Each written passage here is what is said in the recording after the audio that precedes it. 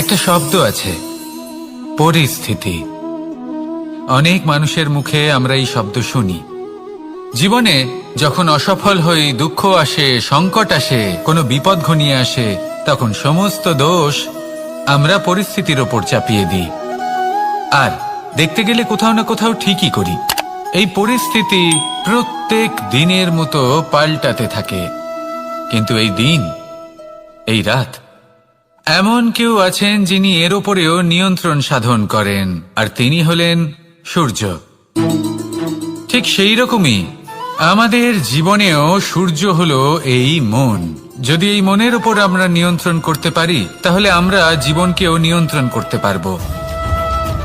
শক্তির বৃদ্ধি ঘটান, মহান হয়ে উঠুন, আর আমার সাথে ভালোবেসে বলুন, রাধা রাধা।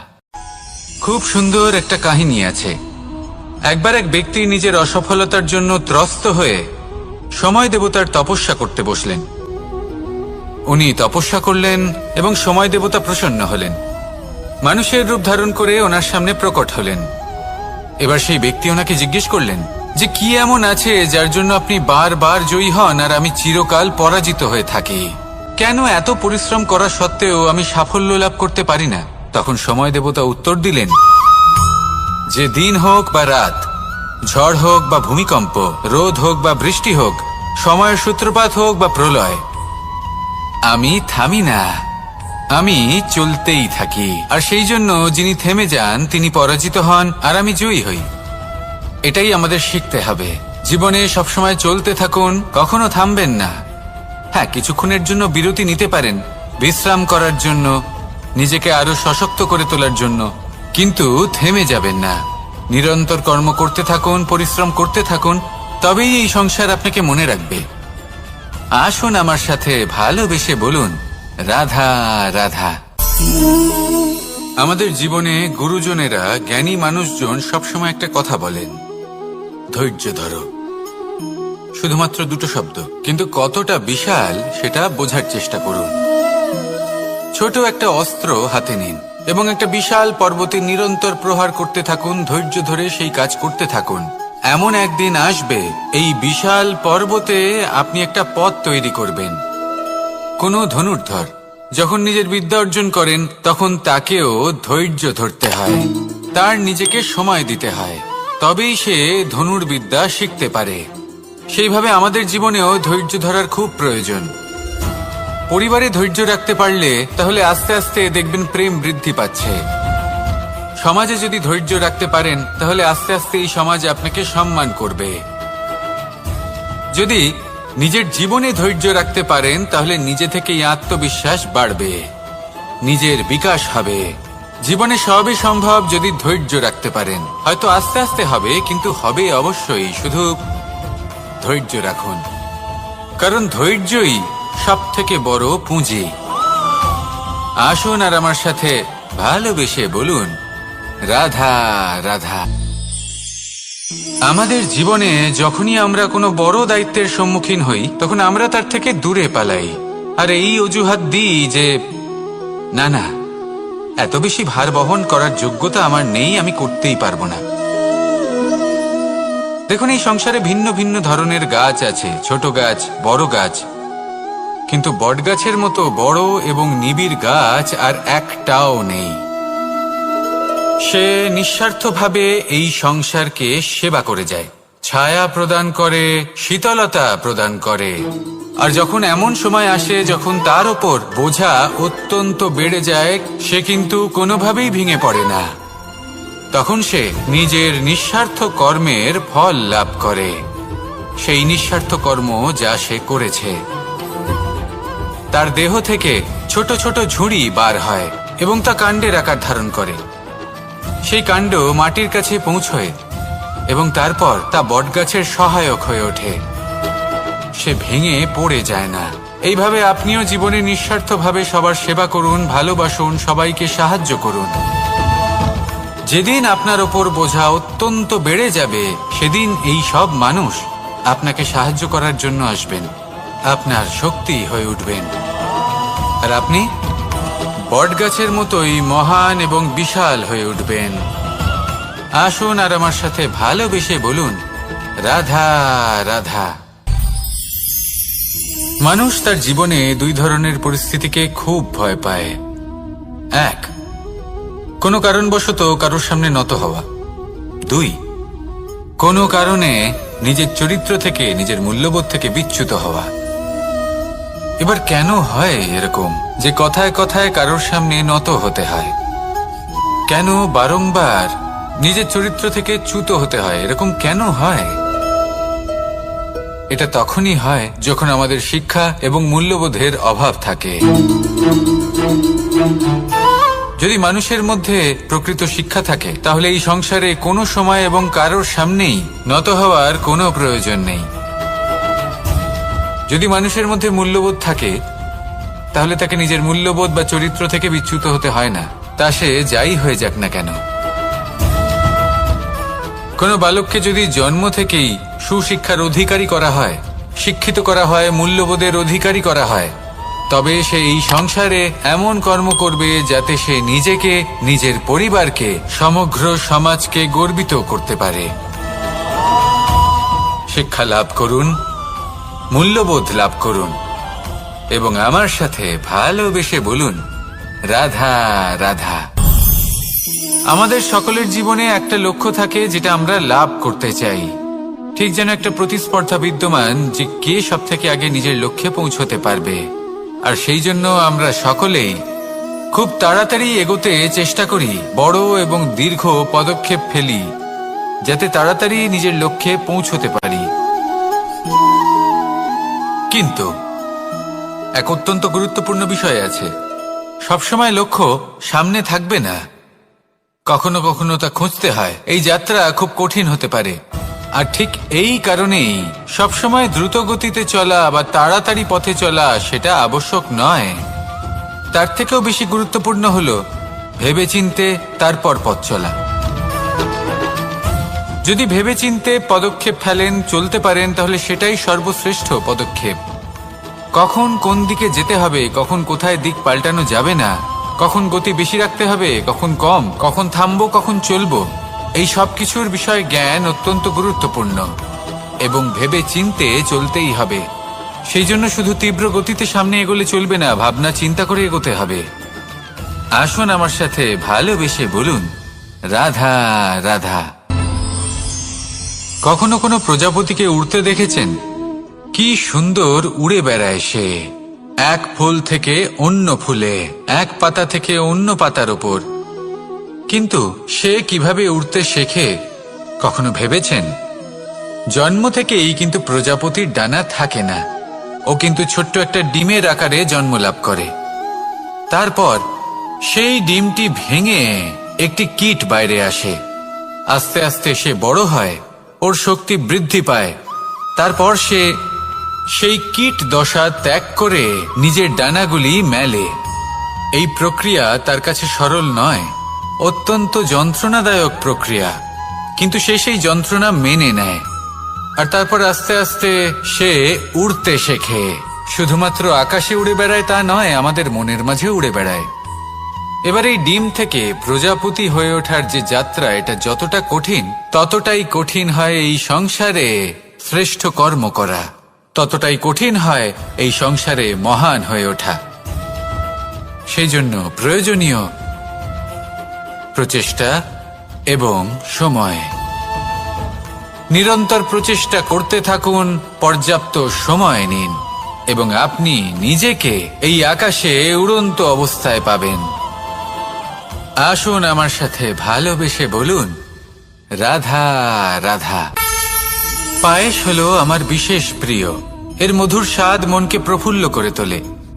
ছোটবেলায় মা আমার জন্য পায়েস বানাতেন এবং আমাকে বলতেন যে গরম থাকতে থাকতে খেয়ে নে কানাই, ঠান্ডা হয়ে গেলে ভালো লাগবে না।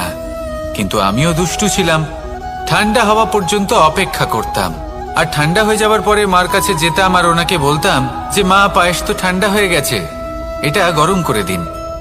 তখন মা হাসতেন আর বলতেন যে পায়েস না হয় আমি আবার গরম করে দেব কানাই, কিন্তু এর মধুর স্বাদ সেই মিষ্টত্ব, সেই সুবাস, সেটা আবার ফিরে আসবে না। কথাটা সত্যি। আর এই সত্যটাই আমাদেরও জীবনের সত্য। আমাদের জীবনের মধুর সম্পর্কগুলি, এতে যখন কটুভাব প্রবেশ করে তখন সেই মিষ্টত্ব ফিরিয়ে আনা প্রায় অসম্ভব ব্যাপার হয়ে যায়। আপনি চেষ্টা করে সেই সম্পর্ক ঠিক করতেই পারবেন, তার জন্য অগাধ পরিশ্রম করতে হবে, কিন্তু আবার সেই মিষ্টত্ব কখনো ফিরে আসবে না। সেই জন্য আপনার জীবনের যে মধুর সম্পর্ক আছে, যতটা সম্ভব চেষ্টা করুন তাতে মিষ্টত্ব বজায় রাখতে। কটুভাব আসতে দেবেন না। আসুন আর আমার সাথে মধুর স্বরে বলুন, রাধা রাধা। শব্দ, শব্দ আসলে কি? শুধুই কয়েকটি অক্ষরের সমষ্টি, নাকি আমাদের বাণী? এই শব্দ এমন এক শক্তি যা কাউকেই নিজের বশবর্তী করে ফেলতে পারে। শব্দ এমন এক অস্ত্র যা কাউকে ক্ষত বিক্ষত করে দিতে পারে। এই শব্দ হলো একটি নাদ স্বরূপ, যা কোনো ঘুমন্ত ব্যক্তিকেও জাগিয়ে তুলতে পারে এবং নিজের লক্ষ্যের দিকে অগ্রসর করতে পারে। শব্দে এত শক্তি আছে যে কারোর মনে এতটা আঘাত দিতে পারে যে সে হয়তো জীবনে আর কখনো এগোতেই পারল না। তাহলে এই শব্দের প্রয়োগ খুব ভেবেচিন্তে করবেন। এবং এই শব্দের মতোই হলো নীরবতা। অনেক সময় এই নীরবতা আমাদের সহায়ক হয়ে ওঠে। অনেক সময় এটা আমাদের অনুশোচনাকে অনেক বেশি বাড়িয়ে তুলতে পারে। ভীষ্ম পিতামহ, অঙ্গরাজ কর্ণ, যখন দ্রৌপদীর বস্ত্রহরণ হচ্ছিল তখন এনারা নীরব ছিলেন। দুর্যোধনের বিরোধিতা করেননি, ওকে বাধা দেননি। আর তারপর কি হলো সেটা আপনারা সকলে জানেন। দেখতে গেলে নীরবতা চুপ করে থাকা, কিন্তু যদি কোনো দুষ্টের সামনে চুপ করে থাকেন, যদি তার বিরোধিতা না করতে পারেন, তাহলে এই নীরবতাই অনেক বড় পাপের আকার ধারণ করে। মনে রাখবেন আর আমার সাথে ভালোবেসে বলবেন, রাধা রাধা। আভূষণ, কার না ভালো লাগে এই আভূষণ? আমরা পরিশ্রম করি, ধন অর্জন করি আর আভূষণ কিনে থাকি, কখনো নিজের জন্য, কখনো বা তাদের জন্য যাকে আমরা ভালোবাসি, বা তাদের জন্য যাকে আমরা সম্মান করি। হয়তো সেই জন্যই সীতা চূড়ামণি ধারণ করেছিলেন এবং আমি সামন্তকমণি। কিন্তু এটাই কি সেই প্রকৃত আভূষণ যা আপনার মূল্য বৃদ্ধি করে? না। শ্রীরামের আভূষণ হলো ওনার নম্র ভদ্র ব্যবহার। মাতা সীতার আভূষণ হলো ওনার সততা, ওনার নিষ্ঠা, ওনার ত্যাগ। অর্জুনের আভূষণ ছিল ওনার একাগ্রতা। রাধার আভূষণ ওনার প্রেম। এই আভূষণ কোথাও নেই, আপনার মনে আছে। যদি আপনার মনে মিষ্টতা থাকে, তা শান্ত হয়, তাতে সততা থাকে, নিষ্ঠা থাকে এবং প্রেম থাকে, তাহলে আপনার অন্য আর কোনো আভূষণের কোনো প্রয়োজন নেই। আপনি যতই ভিড়ের মাঝে থাকুন, আপনার ঔজ্জ্বল্য চোখে পড়বে। আসুন আর আমার সাথে ভালোবেসে বলুন, রাধা রাধা। এই সংসারের সবথেকে বড় সত্যি হলো জন্ম এবং মৃত্যু, কিন্তু আরো বড় একটা সত্য আছে, মিত্র এবং শত্রু, যা আমাদের সকলের জীবনে থাকে। মিত্র সে যে আমাদের সঙ্গ দেয় এবং সংসারের সবথেকে উঁচু শিখরে আমাদের নিয়ে যায়, এবং শত্রু সে যে যে কোনো মুহূর্তে যে কোনো শিখর থেকে আমাদের নিচে ফেলে দিতে পারে। এবার বিচিত্র ব্যাপার হলো এটাই যে আমরা নিজেরাই এদের সাথে নিয়ে চলি, নিজেরাই এদের পালন করি। তা কি করে? প্রথমে বুঝুন এই মিত্র এবং শত্রু কারা। আপনার নিজের মন, আর কেউ নয়। এই মনই হলো মিত্র যখন তাতে ভারসাম্য বজায় থাকে, তা নিয়ন্ত্রিত থাকে, তা পবিত্র হয়।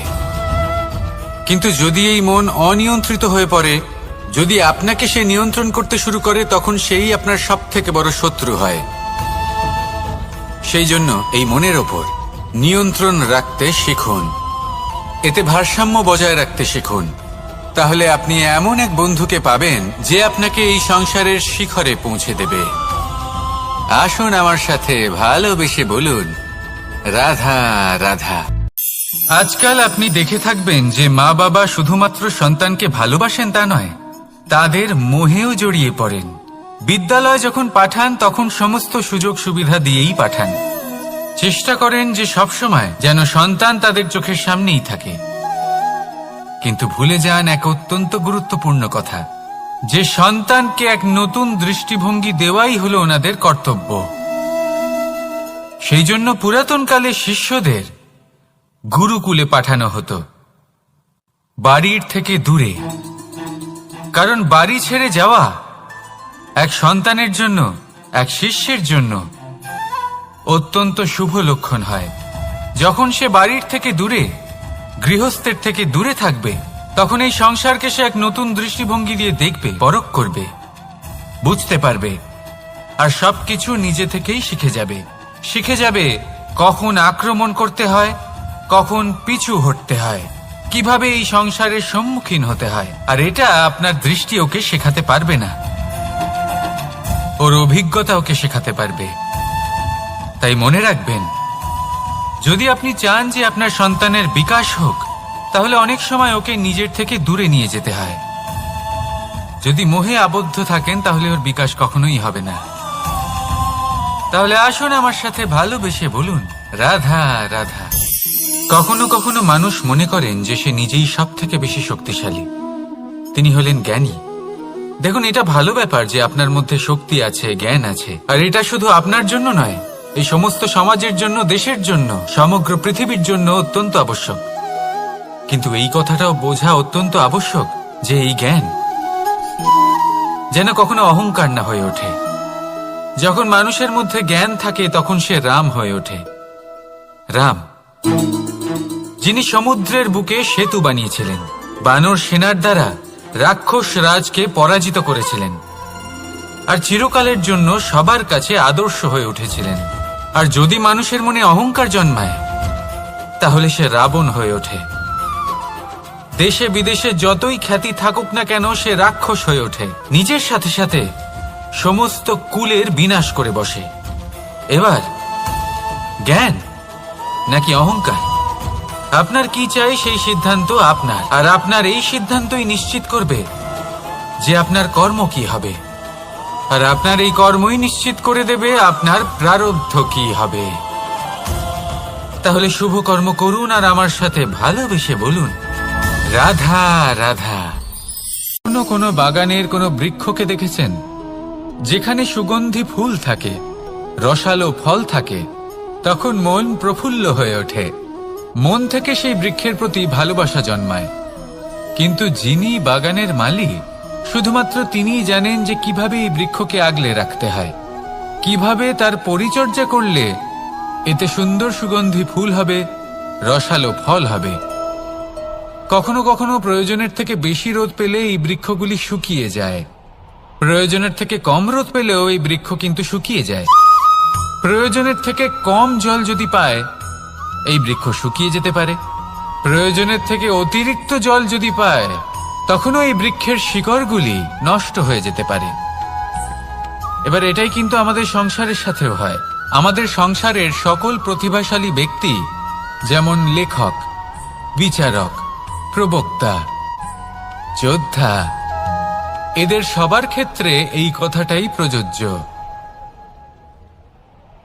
যদি বেশি প্রশংসা করা হয়, তাহলেও এরা হারিয়ে যাবেন। প্রয়োজনের থেকে বেশি যদি নিন্দা করা হয়, তখনও তারা নত হয়ে পড়বেন।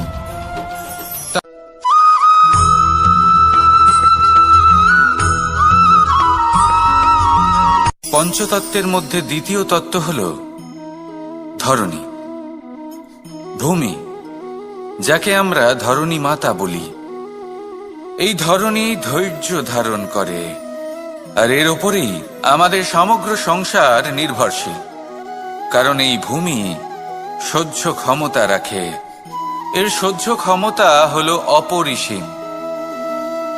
সন্তান যতই আঘাত প্রদান করুক না কেন, প্রেম পূর্বক সহ্য করে, আর তার বদলে অমূল্য রত্ন প্রদান করে। সন্তান যদি হাল চালায় তাহলে তার বদলে তাকে অন্ন প্রদান করে। এটাই হলো ধরনী। এবার এর থেকে আমরা কি শিক্ষা পেতে পারি?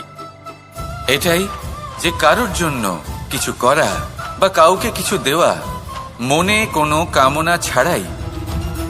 আর এই কথাটা বুঝে যান, যদি কারোর জন্য কামনা না রেখে বা কোনো পাওয়ার আশা না রেখে কারোর জন্য কিছু করেন বা কারোকে কিছু দেন, যদি এটা আপনি শিখতে পারেন তবে আপনি ভালোবাসতে শিখে গেছেন। আর সেই জন্যই এই ধরিত্রীকে মাতা বলা হয়।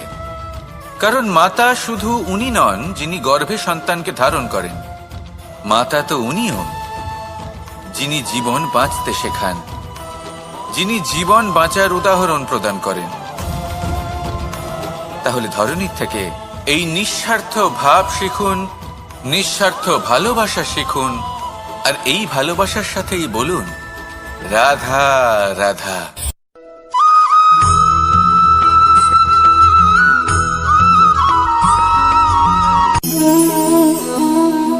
নিয়তি। রাধা আমাকে বলে, কৃষ্ণ, যদি তুমি জানো যে নিয়তিতে কি আছে তাহলে তাকে বদলে দাও না কেন? মহাদেব আমাকে বলেন যে শ্রীকৃষ্ণ, যদি আপনি এটা জানেন যে সাম্বের নিয়তি এটাই, তাহলে আপনি তাকে বদলানোর চেষ্টা কেন করেন? কেন? কারণ আমি একজন পিতা, আর পিতার কর্তব্য এটাই তিনি যেন সম্ভাব্য সব চেষ্টা করেন নিজের সন্তানের মঙ্গলের জন্য। নিয়তি আমি জানি, কিন্তু এটাও আমি জানি যে কর্মের থেকে বড় আর কোনো নিয়তি হতে পারে না। অভিজ্ঞতাও রয়েছে যে কর্মের হাতে নিয়তির এই চক্র বদলে যেতে পারে। তাই জীবনে যদি আপনার কখনো এমন মনে হয় যে এটা তো অসম্ভব, তখনও চেষ্টা করা কখনোই ছাড়বেন না। কে বলতে পারে আপনারই কর্মের কোনো এক বীজ হয়তো নিয়তির চাকায় আটকে গেল আর নিয়তিকে নিজের পথ পাল্টাতে হলো, ঠিক কি না? সেই জন্য নিয়তিকে ভাগ্য মেনে নিয়ে চুপ করে বসে থাকবেন না। নিজের নিয়তি স্বয়ং নিজের কর্মের দ্বারা নির্ধারিত করুন, কারণ আপনার এই কর্মের ওপরেই আপনার অধিকার রয়েছে। আর এই অধিকারকে নিয়তি অনেক সময় সম্মানও করে। তাহলে আসুন আর আমার সাথে ভালোবেসে বলুন রাধা রাধা।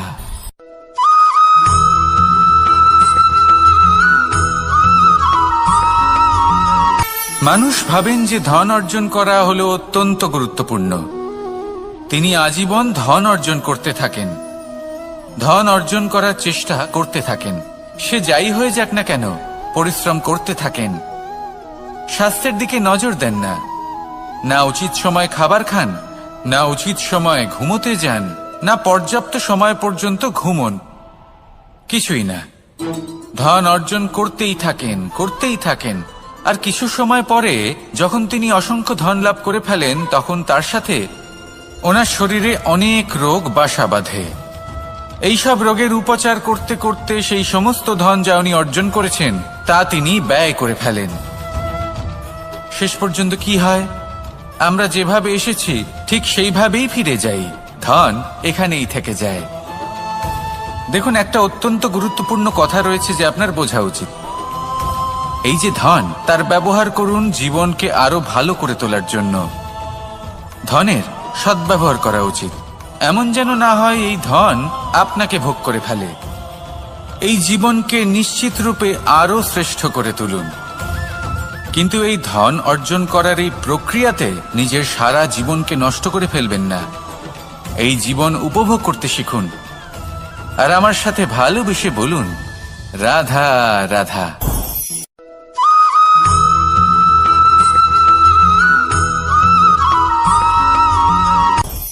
আপনি কখনো পর্বতের শিখরে উঠেছেন? আপনি দেখতে পাবেন পর্বতের পদতলে প্রচুর সুন্দর ফুল রয়েছে, সবুজ বনানী রয়েছে। যত আপনি ওপরে উঠতে থাকবেন তত ফুল কমতে থাকবে, সবুজ বনানী কমতে থাকবে। আরো কিছুটা ওপরে উঠলে কাঁটা জাতীয় গাছ দেখতে পাবেন, শুকনো গাছ দেখতে পাবেন। আরো যদি ওপরে ওঠেন তাহলে পাষাণ দেখতে পাবেন। আরো ওপরে উঠলে হিমখণ্ড দেখতে পাবেন। এই যে পর্বত, তা মনুষ্য জীবনের সব থেকে উত্তম উদাহরণ। মানুষ যখন সাফল্যের শিখরে পৌঁছতে চান, মহানুভবতার শিখরে পৌঁছতে চান, পথে যত আস্তে আস্তে উপরে উঠতে থাকেন, ততই ভৌতিক বস্তু তার থেকে বিচ্ছিন্ন হতে থাকে। যদি তিনি সেই ভৌতিক বস্তুগুলি ত্যাগ না করতে পারেন, তাহলে কখনোই সেই স্থানে পৌঁছতে পারবেন না। আর মানুষ যদি উচিত ত্যাগ করতে পারেন, পথে অগ্রসর হতে থাকেন, এগোতে থাকেন, তাহলে একদিন না একদিন তিনি মহানুভবতার, জ্ঞানের, সাফল্যের হিমের স্বাদ অবশ্যই লাভ করবেন। মনে রাখবেন, মানব জীবনে ত্যাগ হলো অত্যন্ত গুরুত্বপূর্ণ অংশ। আসুন আমার সাথে ভালোবেসে বলুন, রাধা রাধা।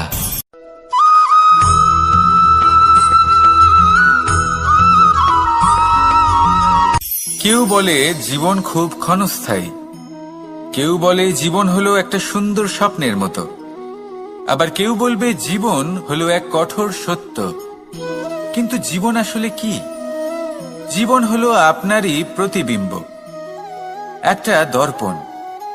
অর্থাৎ আপনি জীবনকে সেইভাবেই পাবেন যেরকম আপনি নিজেকে প্রতিপন্ন করবেন। যদি আপনি দর্পণের দিকে তাকিয়ে হাসেন, তাহলে আপনি সামনে হাসি মুখী দেখতে পাবেন। এবার যদি আপনি গম্ভীর হয়ে থাকেন, তাহলে আপনি একজন রুষ্ট ব্যক্তি দেখতে পাবেন। শেষে সবথেকে বেশি গুরুত্বপূর্ণ হলো আপনার চেষ্টা।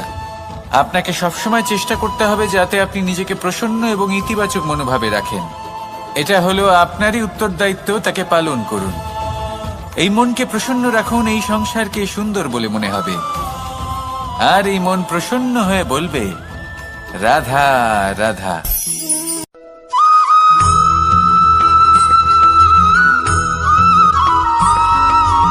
আমাদের শরীর প্রকৃতির সর্বশ্রেষ্ঠ রচনা। যে অঙ্গ প্রত্যঙ্গ আমরা লাভ করেছি, প্রত্যেকটির মধ্যে একটি নিজস্ব বার্তা রয়েছে। একটু ভেবে দেখুন, দুটি চোখ দিয়েছে দেখার জন্য, দুটি কান দিয়েছে শোনার জন্য, নাসিকাও আছে দুটি, দুটি হাত দিয়েছে দ্বিগুণ পরিশ্রম করার জন্য। কিন্তু জীব শুধুমাত্র একটি, তার উপরেও তীক্ষ্ণ বলিষ্ঠ দাঁত দিয়েছে তার রক্ষার জন্য। কখনো ভেবে দেখেছেন কেন?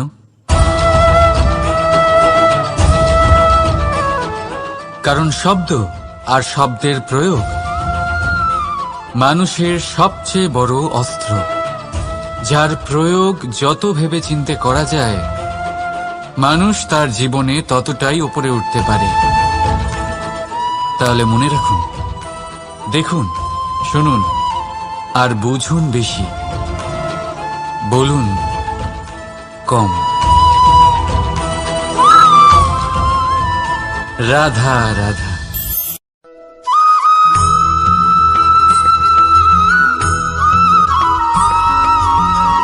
জীবন কিসের উপর নির্ভরশীল?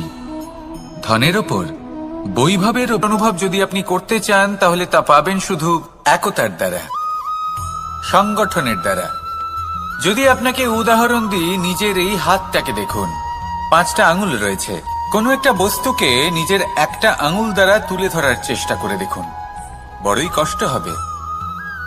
তখন আপনি বুঝতে পারবেন, যখন এই 5টি আঙুল একত্রিত হয়, তখন কোনো কাজ কতটা সহজ হতে পারে। এটাই হলো শক্তি একতার। সব থেকে ভালো উদাহরণ যদি আপনাকে দিই, তাহলে বাঁশি। এই বাঁশি থেকে অত্যন্ত মধুর সুর নির্গত হয়, যা সবার মন প্রসন্ন করে দেয়। এই কথা সত্যি।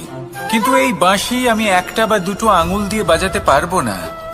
আমাকে প্রত্যেকটা আঙুল ব্যবহার করতেই হবে, তবেই এর থেকে মধুর সুর নির্গত হবে, যা সকলকে প্রসন্ন করবে। ঠিক কিনা?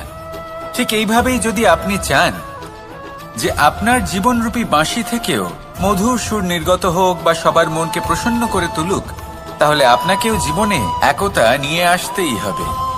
আপনি একাও কর্ম করতে পারেন, পথ চলতেও পারেন, সামনেও এগোতে পারেন, সাফল্যও লাভ করতে পারেন। কিন্তু যখন সকলে একসাথে এগোবেন, সেই পথে চলবেন, সেই কর্মই করবেন, তখন লক্ষ্যে অবশ্যই পৌঁছবেন, সাফল্য অবশ্যই লাভ করবেন। কিন্তু সেই সাফল্য এবং তার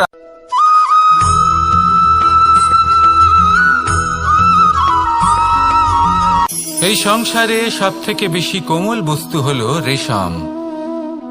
এই রেশম এতটাই কোমল হয় যে এর পুরো একটা থান শুধুমাত্র একটা হাতে ধরা সম্ভব। কখনো ভেবে দেখেছেন এই রেশম কিভাবে হয়? একটি কীট তার লালার দ্বারা উৎপন্ন হয়। এই কীট সেই রেশমকে পাক দিতে থাকে, পাক দিতেই থাকে আর আস্তে আস্তে তার মধ্যেই জড়িয়ে পড়ে। শেষে ওর এই সুন্দর অমূল্য সৃষ্টি রেশমের এই সুতো তার নির্মাণ কার্য পূর্ণ হয়, কিন্তু তাতেই ও নিজে বন্দী হয়ে যায়। নিজেরই মায়াজালের এই বন্দী গৃহে নিজেই ফেঁসে যায়। এবার এই সুতোকে ব্যবহারযোগ্য করে তোলার জন্য এই কীটগুলিকে এই কবচের সাথেই ফুটন্ত জলে ফেলে দেওয়া হয়। এই সংসারে যদি আমাদের স্বপ্ন এই সংসারের দুঃখ হরণ করার জন্য, এই সংসারে সুখ বিতরণ করার জন্য হয়, তবেই আমাদের প্রগতি সম্ভব। যদি আমাদের এই স্বপ্ন শুধুই আমাদের এবং আমাদের স্বার্থ সিদ্ধির জন্য হয়, তাহলে এই স্বপ্ন আমাদের অন্ধ করে দেবে, আমাদের অন্ধকারের পথে নিয়ে যাবে, আর আমরাও সেই কীটের মতো হয়ে যাব। নিজেদেরই মায়াজালে আমরা নিজেই ফেঁসে যাব, আর শেষে আমরা যদি কিছু লাভ করি তা হবে একাকিত্ব, অন্ধকারময় মৃত্যু। তাই স্বপ্ন অবশ্যই দেখুন, কিন্তু এমনভাবে স্বপ্ন দেখবেন না যে তার এই বন্দিগৃহে আপনি নিজেই ফেঁসে গেলেন। স্বপ্ন দেখুন পরোপকারে।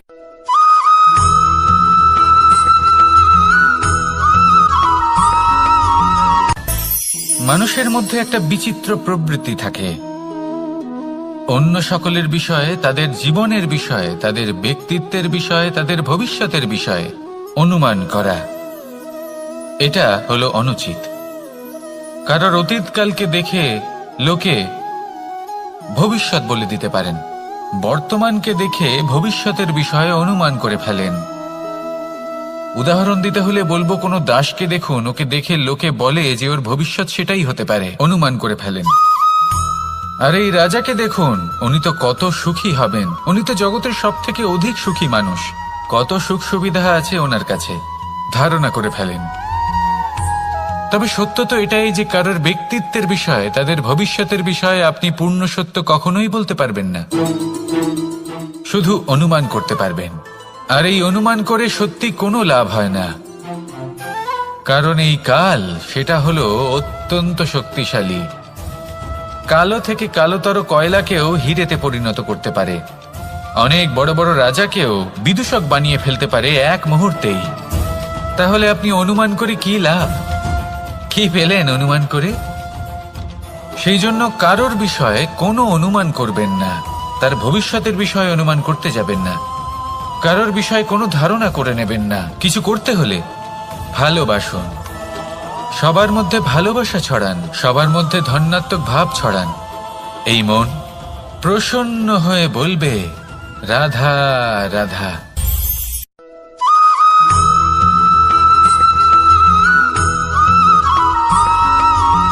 পঞ্চতত্ত্বের মধ্যে দ্বিতীয় তত্ত্ব হল ধরণী, ভূমি, যাকে আমরা ধরণী মাতা বলি। এই ধরণী ধৈর্য ধারণ করে, আর এর ওপরেই আমাদের সমগ্র সংসার নির্ভরশীল। কারণ এই ভূমি সহ্য ক্ষমতা রাখে, এর সহ্য ক্ষমতা হলো অপরিসীম। সন্তান যতই আঘাত প্রদান করুক না কেন, প্রেম পূর্বক সহ্য করে, আর তার বদলে অমূল্য রত্ন প্রদান করে। সন্তান যদি হাল চালায়, তাহলে তার বদলে তাকে অন্ন প্রদান করে। এটাই হলো ধরণী। এবার এর থেকে আমরা কি শিক্ষা পেতে পারি? এটাই যে কারোর জন্য কিছু করা বা কাউকে কিছু দেওয়া মনে কোনো কামনা ছাড়াই। আর এই কথাটা বুঝে যান, যদি কারোর জন্য কামনা না রেখে বা কোনো পাওয়ার আশা না রেখে কারোর জন্য কিছু করেন বা কারোকে কিছু দেন, যদি এটা আপনি শিখতে পারেন, তবে আপনি ভালোবাসতে শিখে গেছেন। আর সেই জন্যই এই ধরিত্রীকে মাতা বলা হয়। কারণ মাতা শুধু উনি নন যিনি গর্ভে সন্তানকে ধারণ করেন, মাতা তো উনিও। যিনি জীবন বাঁচতে শেখান, যিনি জীবন বাঁচার উদাহরণ প্রদান করেন।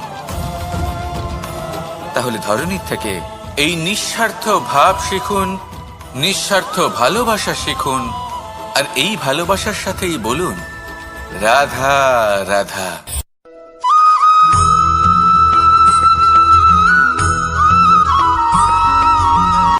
সংসারে আমাদের জীবনে যখন কোনো সুখ বা দুঃখ আসে, তার জন্য আমরা কাউকে না কাউকে অবশ্যই দায়ী করে থাকি, তাই না?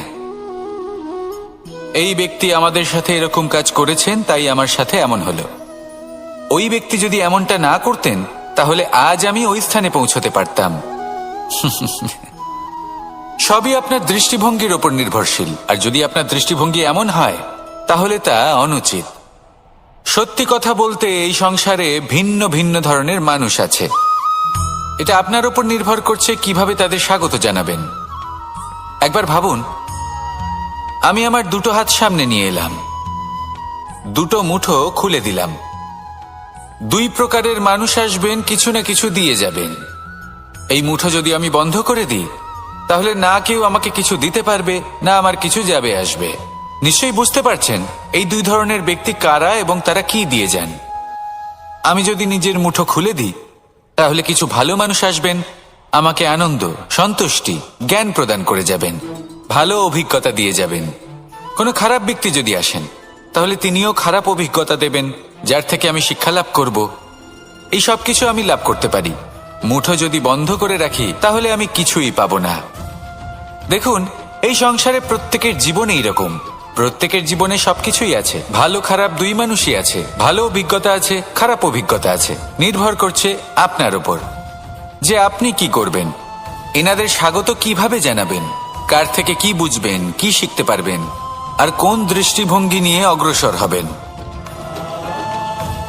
এটাই নির্ধারণ করবে যে আপনার জীবন কেমন হবে। আসুন আমার সাথে ভালোবেসে বলুন রাধা রাধা।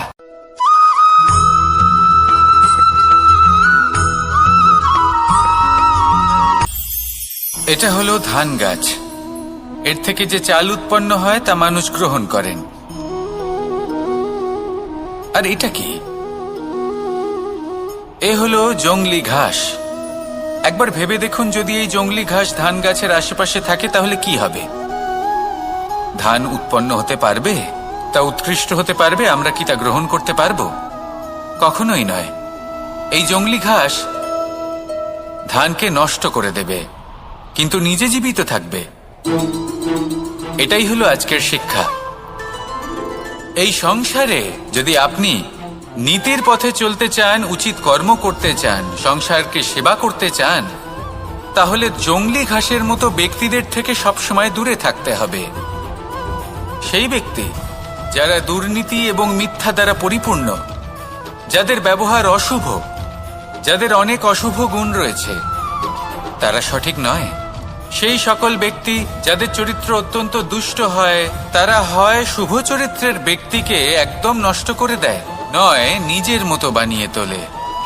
তাই যদি আপনি নীতির পথে চলতে চান, এই সংসারের জন্য শুভ কর্ম করতে চান, তাহলে সেই সঙ্গ লাভ করুন যে সঙ্গ জ্ঞানে পরিপূর্ণ, যাদের মধ্যে অনেক গুণ আছে, যাদের থেকে প্রতিদিন কিছু শিখতে পারবেন। এমন ব্যক্তির সাথে জীবন অতিবাহিত করুন। দুরাচারীদের থেকে দূরে থাকুন। তবেই এই মন প্রসন্ন হয়ে বলবে রাধা রাধা।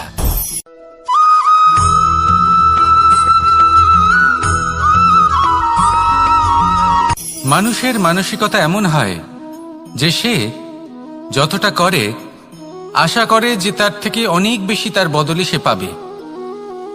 দেখুন, সবকিছুই আপনার ভাবনা চিন্তার উপর নির্ভর করছে। আপনি যদি ফলের বিষয়ে ভেবে কর্ম করতে থাকেন, তাহলে সেটা অনুচিত। জীবনের আসল আনন্দ হলো নিজের কর্ম করতে থাকা, ফলের চিন্তা করা উচিত নয়। যদি আপনি এরকম ভাবেন যে আমি এতটা করছি, আমার এতটা পাওয়া উচিত, সেই ভাবনা অনুচিত। যদি আপনি সেবার মানসিকতা নিয়ে কর্ম করতে থাকেন, কর্মচক্রে প্রবাহিত হন, যদি আপনি এমন ভাবনা রাখেন যে আমি এতটা পাচ্ছি, তাই এর থেকে অনেক বেশি আমি কর্ম করব, তাহলে নিশ্চিত রূপে আপনি যতটা করছেন তার থেকে অনেক বেশি আপনি পাবেন। আপনার আশার থেকে অনেক বেশি আপনি পাবেন। শুধু জীবনে অনেক বেশি কাজ করতে থাকুন, ফলের চিন্তা করবেন না। আর মনে রাখবেন, এই ভাবনাই সব থেকে বড় বীজ। কর্মের উপর বিশ্বাস রাখুন। জীবনে যা যা আপনি চান সবই সুখময় হবে। আসুন আর আমার সাথে ভালোবেসে বলুন, রাধা রাধা।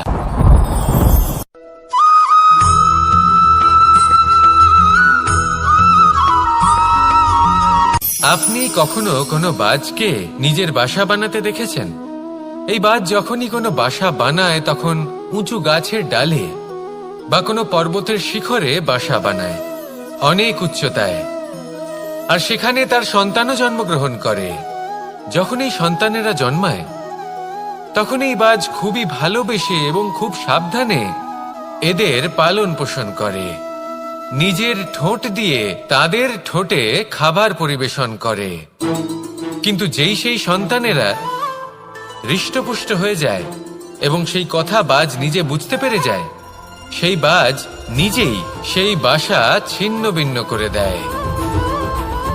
সেই সন্তান যাদের সবেমাত্র ডানা গজিয়েছে, কিভাবে উড়তে হয় তারা জানে না, সেই সন্তানগুলি তাদের ডানা ঝাপটাতে থাকে।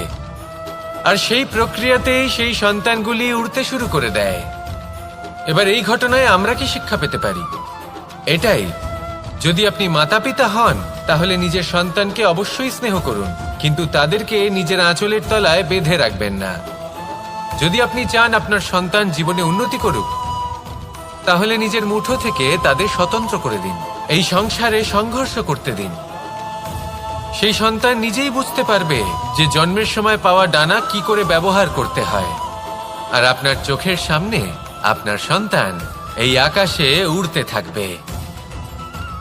তাহলে আসুন আমার সাথে ভালোবেসে বলুন, রাধা রাধা।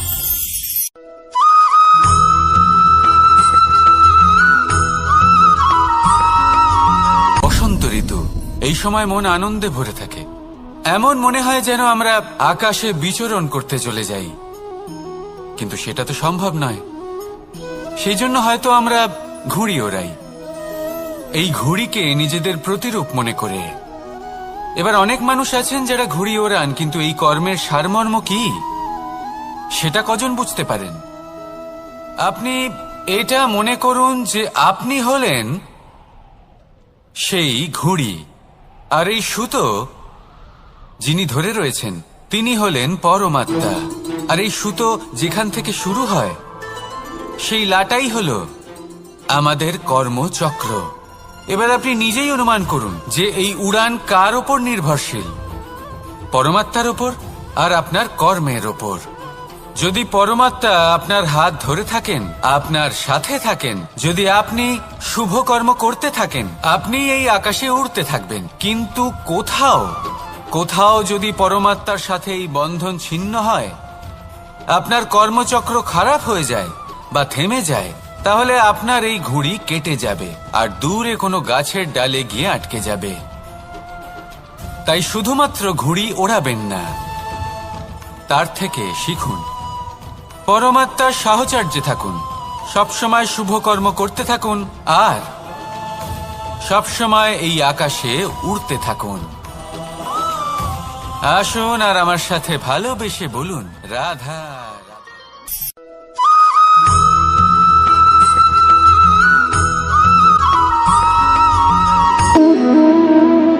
সম্পর্ক হলো আমাদের জীবনের একটি আধার। কিছু সম্পর্ক এমন যা আমরা জন্মসূত্রে লাভ করি, যেমন পরিবার, মা, বাবা। কিছু সম্পর্ক আছে যা আমরা জীবনে অর্জন করে থাকি, তা সে প্রেমের হোক, স্নেহের হোক বা বন্ধুত্বের। এই সকল সম্পর্ক লাভ করার বা গড়ে তোলার 5টি ধাপ রয়েছে। প্রথম ধাপ, কোনো ব্যক্তির সাথে আলাপ হওয়া, তার সাথে কথা বলা বা তাকে দেখা। দ্বিতীয় ধাপ, সে ব্যক্তিকে আমাদের ভালো লাগা। তৃতীয় ধাপ, আমাদের এটা চাইতে শুরু করা যে জীবনে এই ব্যক্তি যেন আমাদের বন্ধু হন, আমাদের জীবনে থাকেন, বা আমাদের কাউকে ভালোবেসে ফেলা। আর এটা আমাদের ভাবা বা চাওয়া যে সেই ব্যক্তি যেন আজীবন আমার সাথে থাকেন আমার জীবনে আমার সাথী হয়ে। চতুর্থ ধাপ, লাভ করা। এবার এই ধাপটি অনেক মানুষের পক্ষেই খুবই সরল হয়, বড়ই সরলভাবে নিজেদের সঙ্গীকে লাভ করে থাকে। কিছু মানুষের জন্য এই ধাপ অত্যন্ত কঠিন হয়ে থাকে। অনেক প্রতিকূল পরিস্থিতির উপর জয়লাভ করে তারা সঙ্গীকে লাভ করেন, কিন্তু লাভ অবশ্যই করেন। এরপরে আসে পঞ্চম, অন্তিম এবং সব থেকে গুরুত্বপূর্ণ ধাপ। সেটা হলো সেই সম্পর্ক পালন করা। এটা হলো এমন এক বিষয় যা প্রত্যেক মানুষের শেখা উচিত। যদি ব্যক্তি নিজের জীবনে সম্পর্ক রক্ষা করতে শিখে যান, তবে প্রত্যেক সম্পর্ক তার জীবনকে স্বর্গ করে তুলবে। আসুন আর আমার সাথে ভালোবেসে বলুন, রাধা রাধা।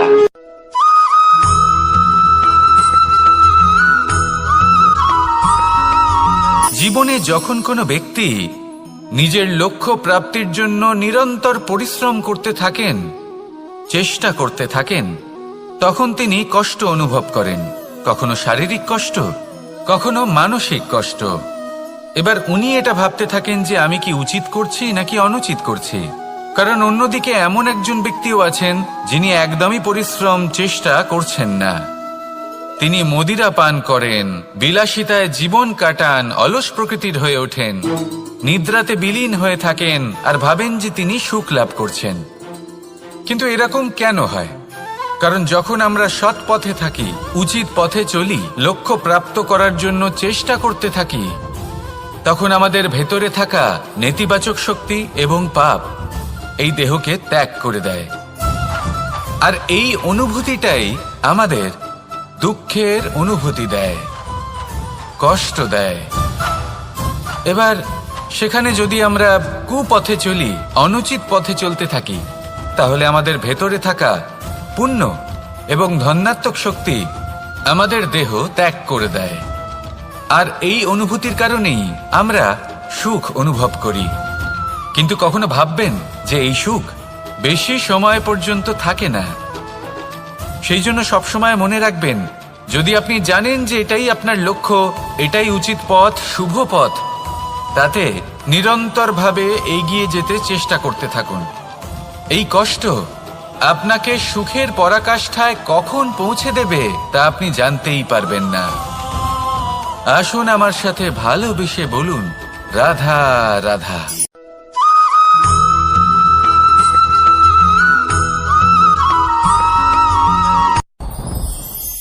সাথী। সাথী এই শব্দটির ব্যাখ্যা কে কিভাবে করে? মিত্র, সখা, বন্ধু। কিন্তু অর্থ একটাই, তিনি যিনি আপনার সঙ্গী হন আর তিনি যার সাথী আপনি হন। এবার সব থেকে বড় প্রশ্ন হলো এটাই যে তিনি কে হতে পারেন যাকে আপনি আপনার সাথী বলে মেনে নিতে পারেন, নিজের সখা, নিজের মিত্র, নিজের বন্ধু মেনে নিতে পারেন। আপনার সাথী হলেন তিনি যিনি দুঃখের সময় আপনার পাশে থাকবেন, আপনার হাত ধরে থাকবেন।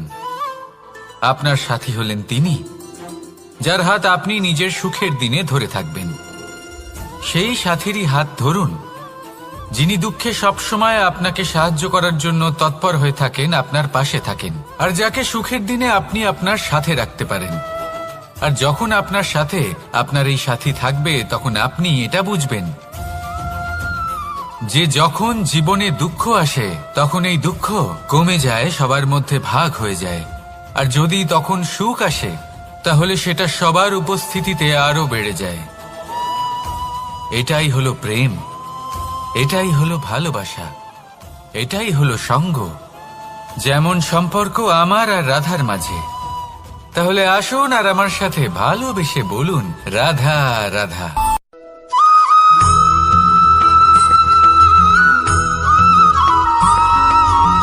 পঞ্চতত্ত্বের মধ্যে দ্বিতীয় তত্ত্ব হল ধরণী, ভূমি, যাকে আমরা ধরণী মাতা বলি।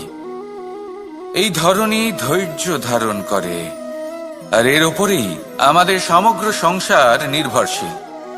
কারণ এই ভূমি সহ্য ক্ষমতা রাখে, এর সহ্য ক্ষমতা হলো অপরিসীম।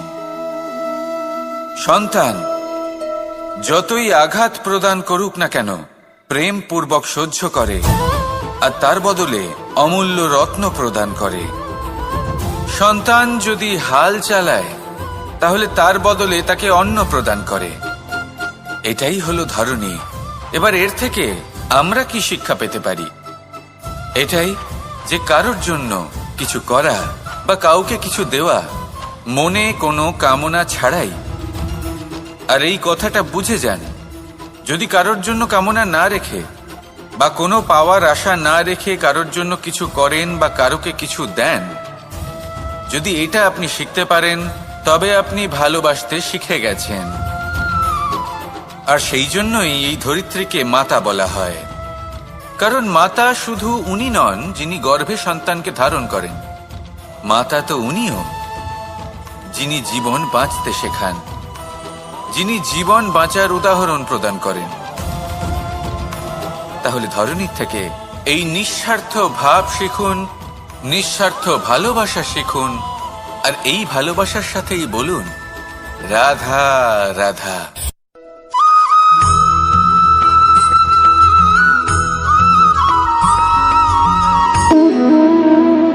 সম্পর্ক হলো আমাদের জীবনের একটি আধার। কিছু সম্পর্ক এমন যা আমরা জন্মসূত্রে লাভ করি, যেমন পরিবার, মা, বাবা। কিছু সম্পর্ক আছে যে আমরা জীবনে অর্জন করে থাকি, তা সে প্রেমের হোক, স্নেহের হোক বা বন্ধুত্বের। এই সকল সম্পর্ক লাভ করার বা গড়ে তোলার 5টি ধাপ রয়েছে। প্রথম ধাপ, কোনো ব্যক্তির সাথে আলাপ হওয়া, তার সাথে কথা বলা বা তাকে দেখা। দ্বিতীয় ধাপ, সে ব্যক্তিকে আমাদের ভালো লাগা। তৃতীয় ধাপ, আমাদের এটা চাইতে শুরু করা যে জীবনে এই ব্যক্তি যেন আমাদের বন্ধু হন, আমাদের জীবনে থাকেন, বা আমাদের কাউকে ভালোবেসে ফেলা। আর এটা আমাদের ভাবা বা চাওয়া যে সেই ব্যক্তি যেন আজীবন আমার সাথে থাকেন, আমার জীবনে আমার সাথী হয়ে। চতুর্থ ধাপ, লাভ করা। এবার এই ধাপটি অনেক মানুষের পক্ষেই খুবই সরল হয়, বড়ই সরলভাবে নিজেদের সঙ্গীকে লাভ করে থাকেন। কিছু মানুষের জন্য এই ধাপ অত্যন্ত কঠিন হয়ে থাকে। অনেক প্রতিকূল পরিস্থিতির উপর জয়লাভ করে তারা সঙ্গীকে লাভ করেন, কিন্তু লাভ অবশ্যই করেন। এরপরে আসে পঞ্চম, অন্তিম এবং সব থেকে গুরুত্বপূর্ণ ধাপ। সেটা হলো সেই সম্পর্ক পালন করা। এটা হলো এমন এক বিষয় যা প্রত্যেক মানুষের শেখা উচিত। যদি ব্যক্তি নিজের জীবনে সম্পর্ক রক্ষা করতে শিখে যান, তবে প্রত্যেক সম্পর্ক তার জীবনকে স্বর্গ করে তুলবে। আসুন আর আমার সাথে ভালোবেসে বলুন রাধা রাধা।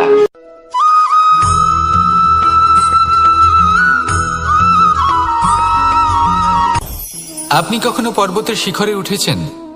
আপনি দেখতে পাবেন পর্বতের পদতলে প্রচুর সুন্দর ফুল রয়েছে, সবুজ বনানী রয়েছে। যত আপনি ওপরে উঠতে থাকবেন তত ফুল কমতে থাকবে, সবুজ বনানী কমতে থাকবে। আরো কিছুটা ওপরে উঠলে কাঁটা জাতীয় গাছ দেখতে পাবেন, শুকনো গাছ দেখতে পাবেন। আরো যদি ওপরে ওঠেন তাহলে পাষাণ দেখতে পাবেন। আরো ওপরে উঠলে হিমখণ্ড দেখতে পাবেন। এই যে পর্বত, তা মনুষ্য জীবনের সব থেকে উত্তম উদাহরণ। মানুষ যখন সাফল্যের শিখরে পৌঁছতে চান, মহানুভবতার শিখরে পৌঁছতে চান, পথে যত আস্তে আস্তে উপরে উঠতে থাকেন ততই ভৌতিক বস্তু তার থেকে বিচ্ছিন্ন হতে থাকে। যদি তিনি সেই ভৌতিক বস্তুগুলি ত্যাগ না করতে পারেন তাহলে কখনোই সেই স্থানে পৌঁছতে পারবেন না। আর মানুষ যদি উচিত ত্যাগ করতে পারেন, পথে অগ্রসর হতে থাকেন, এগোতে থাকেন, তাহলে একদিন না একদিন তিনি মহানুভবতার, জ্ঞানের, সাফল্যের হিমের স্বাদ অবশ্যই লাভ করবেন। মনে রাখবেন, মানব জীবনে ত্যাগ হলো অত্যন্ত গুরুত্বপূর্ণ অংশ। আসুন আমার সাথে ভালোবেসে বলুন রাধা রাধা।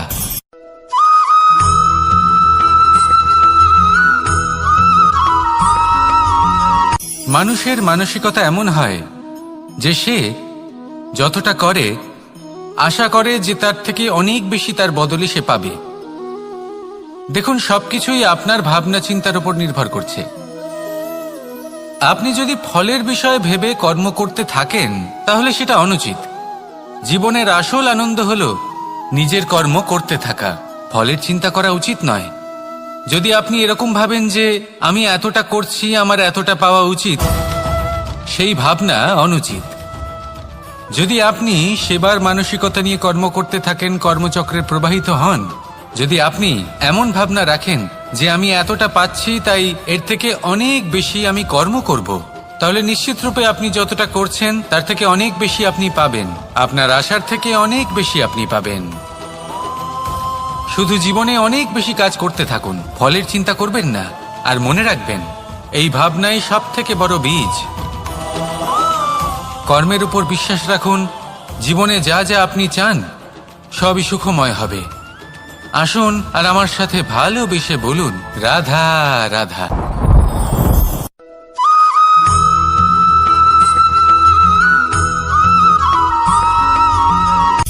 সূচের শেষে একটি ছিদ্র থাকে যার দ্বারা আমরা এই সুতো পরাতে পারি, আর তারপর সূচের সাহায্যে এই সুতো দিয়ে বস্ত্র সেলাই করা যায়।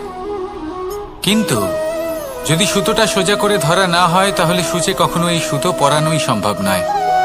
যদি এতে কোনো গিঁট পড়ে তখন তা কখনোই এই ছিদ্র দ্বারা প্রবেশ করা সম্ভব নয়। ঠিক এইভাবেই যদি আপনি কারোর জীবনে প্রবেশ করতে চান, কারোর অন্তরে প্রবেশ করতে চান, তাহলে আপনাকেও সহজ থাকতে হবে। এতে কোনো গিঁট থাকলে চলবে না, অর্থাৎ মনে যাতে কোনো মালিন্য না থাকে, যেন কোনো কুচিন্তা না থাকে। যদি এসব থাকে তাহলে আপনি কখনো কারোর জীবনে প্রবেশ করতে পারবেন না। আর যদি কোনোভাবে আপনি প্রবেশ করেও যান তাহলে তার মনে ঘর করতে পারবেন না। নিজেকে এই সুতোর মতন করে তুলুন, সহজ। মনে যেন কোনো কুচিন্তা না থাকে, সবার প্রতি যেন সদ্ভাবনা থাকে, শুভ চিন্তা থাকে। এমনটা করতে থাকুন। এমন একটা দিন আসবে যেদিন এই সমস্ত সংসারের ব্যক্তির মনে আপনি বাস করবেন, আর তখন এই মন প্রসন্ন হয়ে বলবে, রাধা রাধা।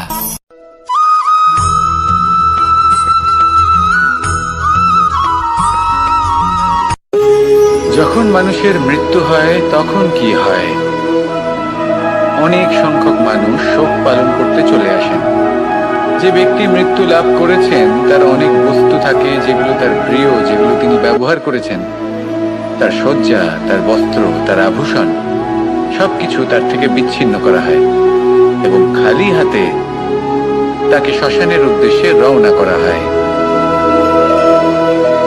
আমি আপনাকে এই প্রশ্ন করতে চাই, আপনি এই সংসারে কি অর্জন করেছেন? ধন সম্পত্তি, বস্ত্র, আভূষণ, এই সব কিছু যে আপনি অর্জন করেছেন, আপনার মৃত্যুর পরে তা আপনার থেকে দূর হয়ে যাবে।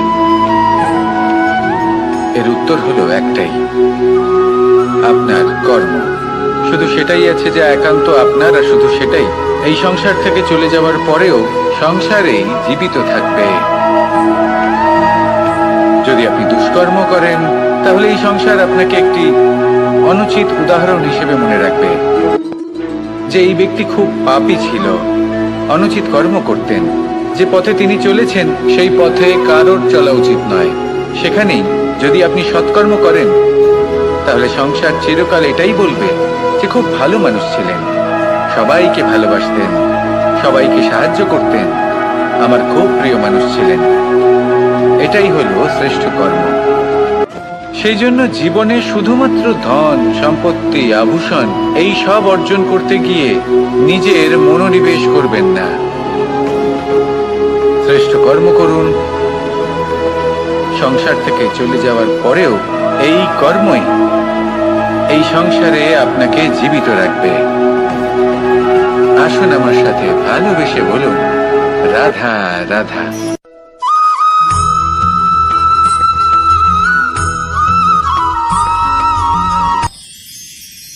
মানুষ তার জীবনে দুই ধরনের পরিস্থিতিকে খুব ভয় পায়।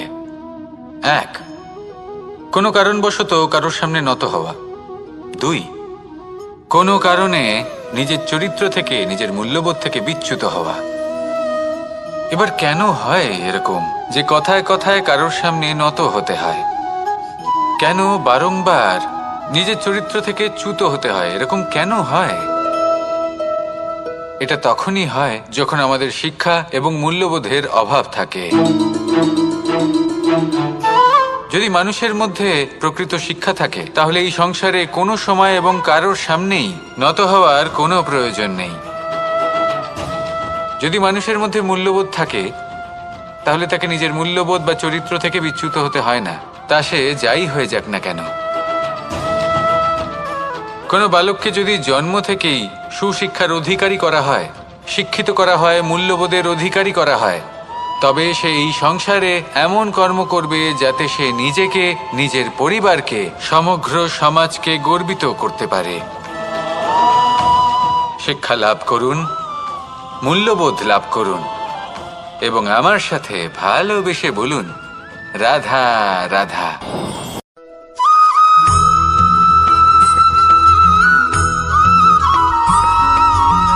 কথায় আছে যে এমন কোনো অক্ষর নেই যার দ্বারা কোনো মন্ত্র হয় না, এমন কোনো বনস্পতি নেই যা নিজেই একটা ঔষধি নয়, পৃথিবীর এমন কোনো ব্যক্তি নেই যার মধ্যে কোনো যোগ্যতা থাকে না।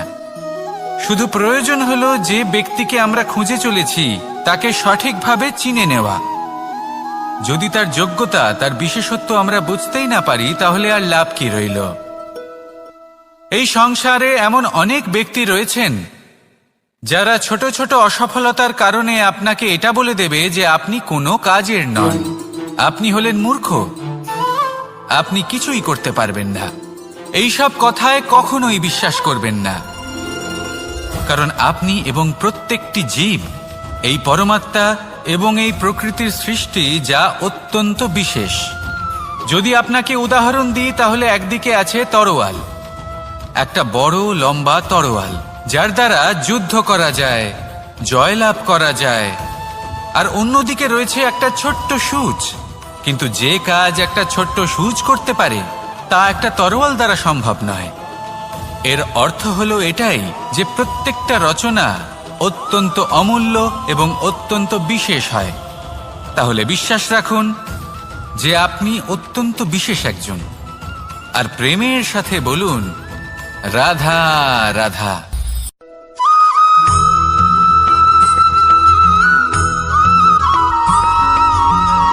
এই সংসারে কোনো বস্তু হোক বা ব্যক্তি হোক, তার একার গুরুত্ব কিন্তু খুব বেশি নয়। একটা উদাহরণ হিসেবে বৃষ্টির ফোঁটাকে ভেবে দেখুন। যদি একটি বৃষ্টির ফোঁটা হয় তাহলে তার খুব বেশি গুরুত্ব থাকে না, কিন্তু যখন সহস্র বৃষ্টির ফোঁটা মেঘের মধ্যে দিয়ে ঝরে পড়ে তখন সেটা বর্ষার রূপ ধারণ করে। সেই বর্ষা যা এই প্রকৃতিকে শান্ত করে। সেইভাবেই পাথরের ছোট টুকরো, তার খুব বেশি গুরুত্ব থাকে না, কিন্তু যখন অসংখ্য পাথরের টুকরো একত্রিত হয় তখন তা পর্বতের আকার ধারণ করে। সেইভাবেই কিছু মানুষ যখন একত্রিত হন তখন তৈরি হয় পরিবার, কিছু পরিবার যখন একত্রিত হয় তখন তৈরি হয় সমাজ, যখন অনেক সংখ্যক সমাজ একত্রিত হয় তখন তৈরি হয় রাজ্য। এবার এই রাজ্যের সবথেকে গুরুত্বপূর্ণ ব্যক্তি হতে পারেন রাজা, কিন্তু তাও সেই রাজা একা কিছু করতে পারেন না। যুদ্ধ লড়ার সময় তারও নিজের সৈন্যদলকে প্রয়োজন পড়ে। কিন্তু এই সংসারে এমন একজন ব্যক্তি আছেন যিনি একাই সব কাজ করতে থাকেন, এবং সেই ব্যক্তি হলেন মা। আমাদের জীবনে একজন পিতার ভূমিকা কিন্তু নিঃসন্দেহে অমূল্য, কিন্তু আমাদের সকলের জীবনে যে ভূমিকা একজন মায়ের তা অন্য কারোর থাকে না। একজন মা একাই সন্তানকে বড় করতে পারেন, সংস্কারী করে তুলতে পারেন, তার জন্য পরিশ্রম করেন। আর এত কিছু কাজ করার পরেও তার কাজের জন্য তিনি প্রশংসা অবশ্য পান না। উল্টে যদি সেই সন্তান অনুচিত পথে চালিত হয়, অনুচিত কর্ম করে, তখন সেই মাকেই অপবাদের পাত্র হয়ে উঠতে হয়। আমাদের জীবনে মায়ের যোগদান কতটা সেটা বুঝুন। আপনাকে বড় করে তোলার জন্য উনি কতটা পরিশ্রম করেছেন সেটা বুঝুন। আজ থেকে, এখন থেকে, এই মুহূর্ত থেকে মাকে সম্মান করতে শিখুন। যখন সময় পাবেন, যখন সুযোগ হবে, তখন তার প্রশংসা করুন, ওনারও ভালো লাগবে। আর মায়ের এই মমতার জন্য, তার এই ভূমিকার জন্য আসুন সবাই মিলে আমরা তাকে প্রণাম করি। আর সকলে মিলে ভালোবেসে বলি, রাধা রাধা।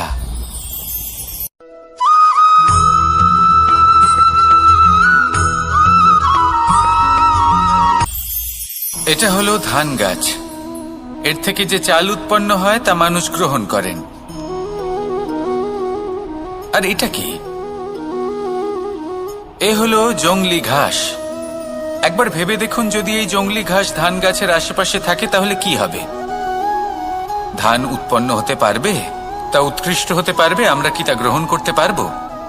কখনোই নয়। এই জংলি ঘাস ধানকে নষ্ট করে দেবে, কিন্তু নিজে জীবিত থাকবে। এটাই হলো আজকের শিক্ষা।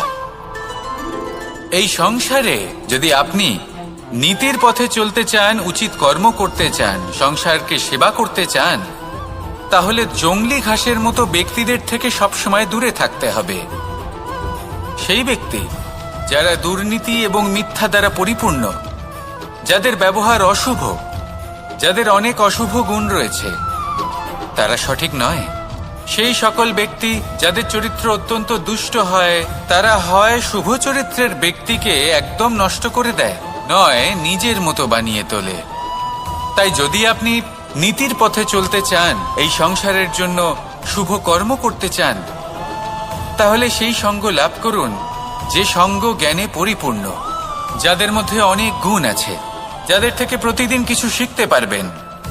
এমন ব্যক্তির সাথে জীবন অতিবাহিত করুন। দুরাচারীদের থেকে দূরে থাকুন। তবেই এই মন প্রসন্ন হয়ে বলবে, রাধা রাধা।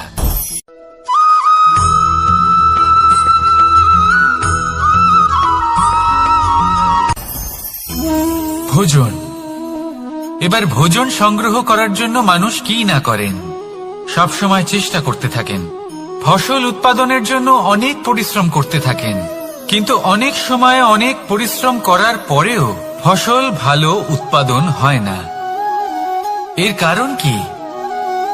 কারণ হলো এটাই যে আপনি পরিশ্রম হয়তো অনেক করেছেন, কিন্তু আপনার নজর তো সেই বীজের দিকে ছিলই না যা আপনি রোপণ করেছেন।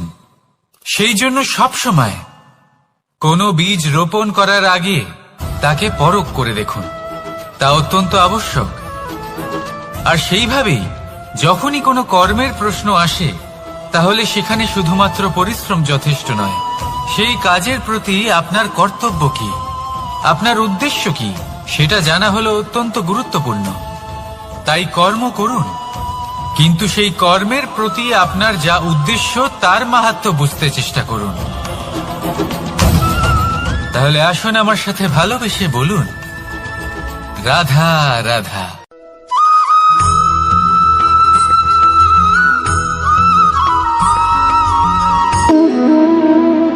সম্পর্ক হলো আমাদের জীবনের একটি আধার।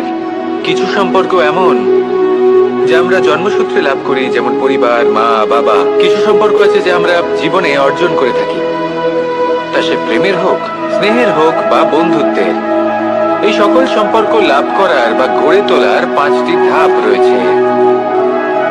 প্রথম ধাপ, কোনো ব্যক্তির সাথে আলাপ হওয়া, তার সাথে কথা বলা বা তাকে দেখা। দ্বিতীয় ধাপ, সে ব্যক্তিকে আমাদের ভালো লাগা। তৃতীয় ধাপ, আমাদের এটা চাইতে শুরু করা যে জীবনে এই ব্যক্তি যেন আমাদের বন্ধু হন, আমাদের জীবনে থাকেন, বা আমাদের কাউকে ভালোবেসে ফেলা। আর এটা আমাদের ভাবা বা চাওয়া যে সেই ব্যক্তি যেন আজীবন আমার সাথে থাকেন, আমার জীবনে আমার সাথী হয়ে। চতুর্থ ধাপ, লাভ করা। এবার এই ধাপটি অনেক মানুষের পক্ষেই খুবই সরল হয়, বড়ই সরলভাবে নিজেদের সঙ্গীকে লাভ করে থাকে। কিছু মানুষের জন্য এই ধাপ অত্যন্ত কঠিন হয়ে থাকে। অনেক প্রতিকূল পরিস্থিতির উপর জয়লাভ করে তারা সঙ্গীকে লাভ করেন, কিন্তু লাভ অবশ্যই করেন। এরপরে আসে পঞ্চম, অন্তিম এবং সব থেকে গুরুত্বপূর্ণ ধাপ। সেটা হলো সেই সম্পর্ক পালন করা।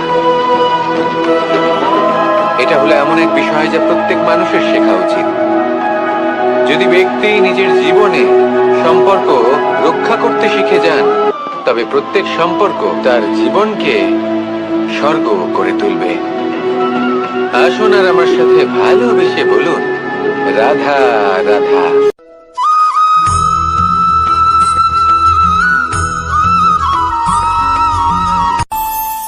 আমাদের মনে যখন কোনো প্রশ্ন ওঠে, কোনো দ্বন্দ্ব জাগে, তখন আমরা যাই আমাদের গুরুর কাছে, আমাদের আরাধ্যের কাছে গিয়ে জিজ্ঞেস করি। এইভাবেই একদিন আমি পৌঁছলাম আমার আরাধ্যের কাছে, আমার মহাদেবের কাছে, আর ওনাকে প্রশ্ন করলাম যে মহাদেব, জীবনে আনন্দ পাওয়ার, উৎসব পালনের, প্রেম ভাগ করে নেবার, জীবনকে উপভোগ করে নেওয়ার সর্বশ্রেষ্ঠ সময় কোনটা? মহাদেব হাসলেন আর উনি বললেন, জীবনে উৎসব পালনের সব থেকে শ্রেষ্ঠ দিন হল মৃত্যুর ঠিক আগের দিনটা। প্রেম ভাগ করে নেওয়ার সব থেকে শ্রেষ্ঠ মুহূর্ত হল মৃত্যুর ঠিক আগের মুহূর্ত। জীবনকে উপভোগ করে নেওয়ার সর্বশ্রেষ্ঠ প্রহর হল মৃত্যুর এক প্রহর পূর্বে। তখন আমি চমকে গেলাম। আমি বললাম, কিন্তু মহাদেব, মৃত্যু তো অনিশ্চিত, আমরা জানিও না কবে আমাদের মৃত্যু হবে। মহাদেব আবার হাসলেন। উনি বললেন যে যদি আমরা এভাবে জীবন কাটাই যে আমরা জীবনের প্রত্যেক দিন, প্রত্যেক মুহূর্ত, প্রত্যেক প্রহর শেষ বলে মনে করি, তাহলে আমাদের সমস্ত জীবন আনন্দের সাথেই অতিবাহিত হবে। কি বলেন?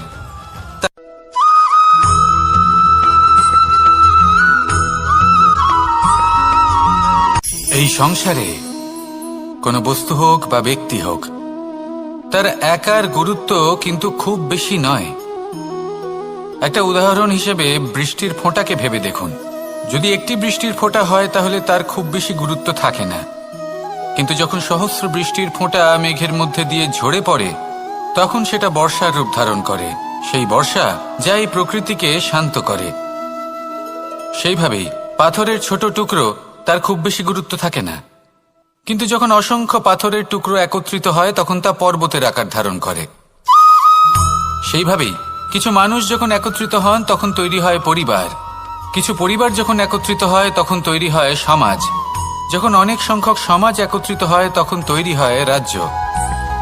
এবার এই রাজ্যের সব থেকে গুরুত্বপূর্ণ ব্যক্তি হতে পারেন রাজা, কিন্তু তাও সেই রাজা একা কিছু করতে পারেন না। যুদ্ধ লড়ার সময় তারও নিজের সৈন্যদলকে প্রয়োজন পড়ে।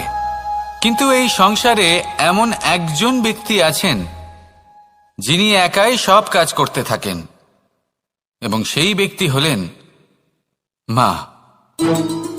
আমাদের জীবনে একজন পিতার ভূমিকা কিন্তু নিঃসন্দেহে অমূল্য, কিন্তু আমাদের সকলের জীবনে যে ভূমিকা একজন মায়ের তা অন্য কারোর থাকে না।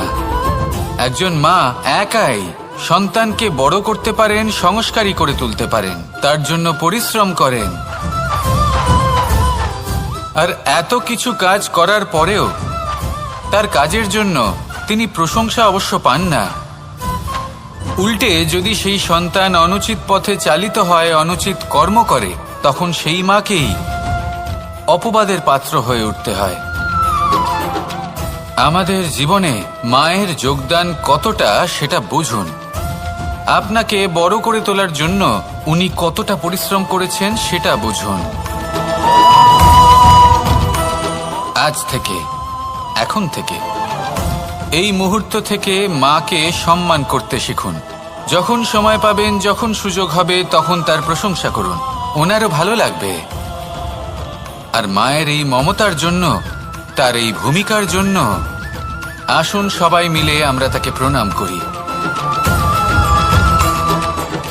আর সকলে মিলে ভালোবেসে বলি, রাধা রাধা।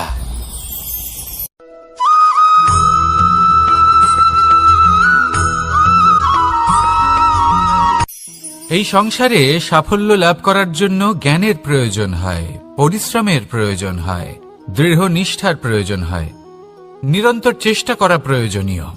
কিন্তু আরো কিছু আছে যা অত্যন্ত প্রয়োজনীয় এবং গুরুত্বপূর্ণ।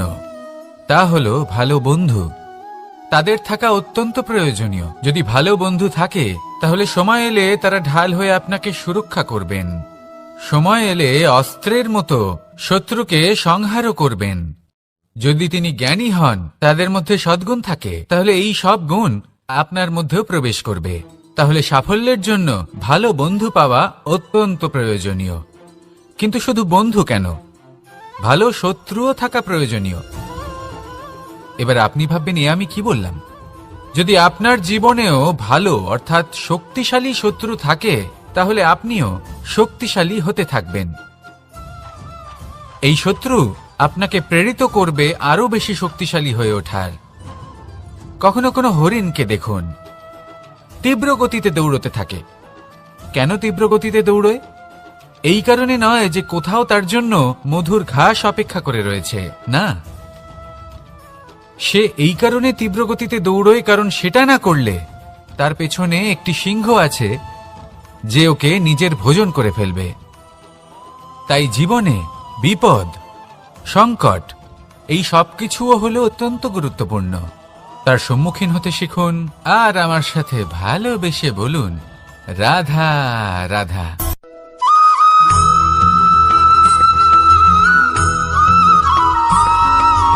কথায় আছে, প্রত্যেক পুত্র তার পিতার প্রতিচ্ছবি হয়, আর সমস্ত প্রতিচ্ছবি চায় যেন সে তার অস্তিত্ব প্রাপ্ত করতে পারে। পুত্র চায় সে যেন তার পিতার মতো হয়, বা কখনো কখনো তার থেকেও শ্রেষ্ঠ হয়। সেটা কোনো অনুচিত ব্যাপার নয়। অনুচিত তখন হয় যখন পুত্র নিজের পিতার মতো হবার স্বপ্ন পূরণ করতে গিয়ে বা তার থেকেও শ্রেষ্ঠ হওয়ার স্বপ্ন পূরণে অনুচিত পথের আশ্রয় নেয়। কারণ তারপরে সে তার পিতার গুণগুলি আত্মসাৎ করতে চায় না। সে শুধুই এটা চায় যে সংসারের চোখে যেন আমি শ্রেষ্ঠ প্রমাণিত হই। এটা অনুচিত। সংসারে এমন অনেক মানুষ আছেন যারা এই কারণে শ্রেষ্ঠ হওয়ার চেষ্টা করেন যাতে তার পরিবারের তার পিতার সম্মান বৃদ্ধি পায়। এমনও মানুষ থাকেন, আর এটাই হলো পার্থক্য উদ্দেশ্যের। মনে রাখবেন, যদি আপনার উদ্দেশ্য শুভ হয় তাহলে পথও শুভ হবে, যদি আপনার উদ্দেশ্য অশুভ হয় তাহলে পথও অশুভ হবে। তাহলে নিজের পিতার মতো হবার চেষ্টা অবশ্যই করুন, তার থেকেও শ্রেষ্ঠ হওয়ার চেষ্টা অবশ্যই করুন, কিন্তু মনে রাখবেন আপনার সংকল্প আর আপনার উদ্দেশ্য এই দুই শুভ হওয়া উচিত। তাহলে আসুন আর আমার সাথে ভালোবেসে বলুন, রাধা রাধা।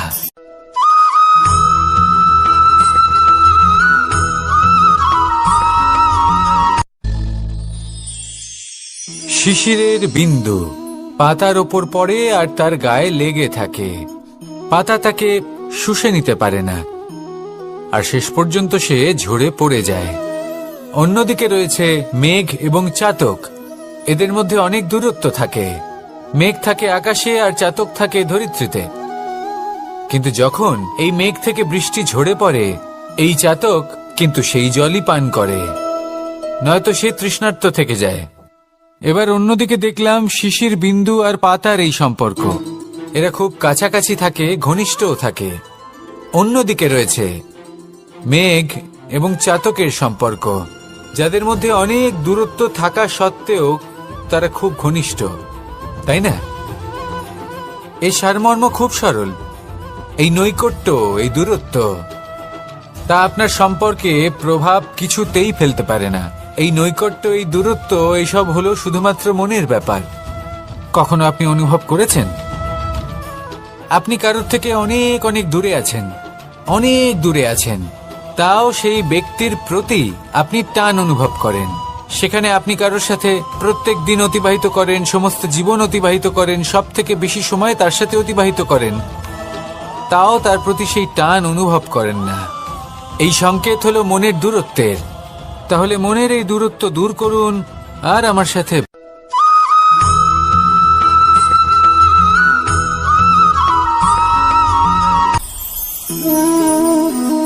শক্তি এক অত্যন্ত বিচিত্র বস্তু, বা বলতে পারেন অনুভূতি। পিতা সবসময় চান যেন তিনি তার শক্তি পুত্রকে। আসুন আপনাকে সহজে বোঝাই। যদি আপনি সুপাত্র হন আর আপনাকে শক্তি দেওয়া হয়, তাহলে আপনি সেই শক্তির গুরুত্ব বুঝবেন, কোথায় সেই শক্তি প্রয়োগ করা উচিত সেটা বুঝবেন। আর এটা যেহেতু অর্জন করা শক্তি হবে, সেই শক্তির অপব্যবহার হবে না। কিন্তু যদি এই আপনি কুপাত্র হন আর যদি আপনাকে এই শক্তি দেওয়া হয়, তাহলে কি হবে?